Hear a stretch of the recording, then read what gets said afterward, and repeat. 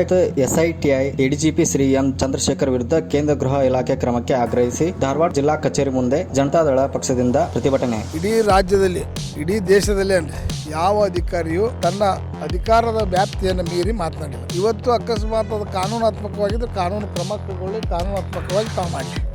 ಈ ರಾಜಕಾರಣಿಗಳು ಹಾಗೆ ಹಂದಿ, ನಾಯಿ, ನರಿ ಅಂತೇನು ಮಾತಾಡ್ತಕ್ಕಂಥ ಎಂ ಚಂದ್ರಶೇಖರ್ ಏನಿದ್ದಾರೆ, ಇವರೇನು ಹಿಮಾಚಲ ಪ್ರದೇಶ ಕೇಡರ್, ಕರ್ನಾಟಕದಲ್ಲಿ ಇವರು ಯಾವ ಎದಕ್ಕೆ ಬರ್ತಾರೆ ಇವರು?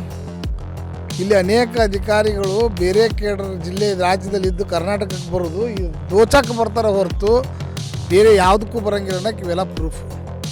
ಇಂಥ ಭ್ರಷ್ಟ ಅಧಿಕಾರಿ ಅಕಸ್ಮಾತ್ ತನ್ನ ಕಾನೂನಾತ್ಮಕ ಏನೈತೆ ಅದನ್ನು ಮಾಡ್ಕೊಳ್ಳಿ, ಇಂಡಿವಿಜುವಲ್ ಮಾಡಬೇಕು, ಯಾರದೇ ಕೈಗೊಂಬೆಯಾಗಿ ಮಾಡುವಂಥದ್ದಲ್ಲ.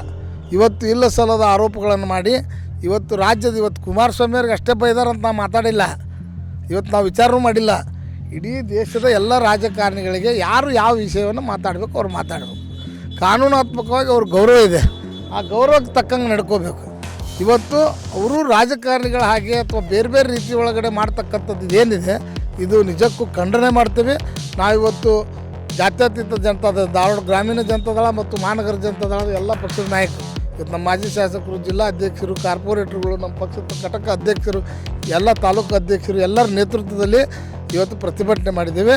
ಇವತ್ತು ಪ್ರತಿಭಟನೆ ಮಾಡಿ ಸಾಂಕೇತಿಕವಾಗಿ ಇವತ್ತು ಇಂಥ ಅಧಿಕಾರಿಗಳ ವಿರುದ್ಧ ಎಚ್ಚರಿಕೆಯನ್ನು ಕೊಡ್ತಾ ಇದ್ದೇವೆ. ಹುಬ್ಬಳ್ಳಿ ಧಾರವಾಡ ಮಹಾನಗರ ಜಿಲ್ಲಾ ಹಾಗೂ ಗ್ರಾಮೀಣ ಜಿಲ್ಲಾ ಜನತಾದಳ ಪಕ್ಷ ವತಿಯಿಂದ ಮಾನ್ಯ ರಾಷ್ಟ್ರಪತಿ ಅವರಿಗೆ ಮನವಿ ಸಲ್ಲಿಸಲಾಯಿತು. ಮಾನ್ಯ ರಾಷ್ಟ್ರಪತಿ ಅವರಿಗೆ ಡಿಸಿ ಮೂಲಕ ಮನವಿ ಸಲ್ಲಿಸಲಾಯಿತು. ನಮ್ಮ ಪಕ್ಷದ ನಾಯಕರು, ರಾಜ್ಯ ಘಟಕ ಅಧ್ಯಕ್ಷರು ಹಾಗೂ ಕೇಂದ್ರ ಭಾರಿ ಬೃಹತ್ ಕೈಗಾರಿಕಾ ಸಚಿವರಾದ ಮಾನ್ಯ ಶ್ರೀ ಎಚ್.ಡಿ. ಕುಮಾರಸ್ವಾಮಿ ಇವರ ಬಗ್ಗೆ ಅವಹೇಳನಕಾರಿ ಪದ ಉಪಯೋಗಿಸಿದ ಲೋಕಾಯುಕ್ತ ಎಸ್ಐಟಿಐ ಎಡಿಜಿಪಿ ಶ್ರೀ ಎಂ ಚಂದ್ರಶೇಖರ್ ಇವರ ಮೇಲೆ ಕೇಂದ್ರ ಗೃಹ ಇಲಾಖೆ ತಕ್ಷಣ ಕ್ರಮ ಕೈಗೊಂಡು ಅವರನ್ನು ಅಮಾನತುಗೊಳಿಸಬೇಕು.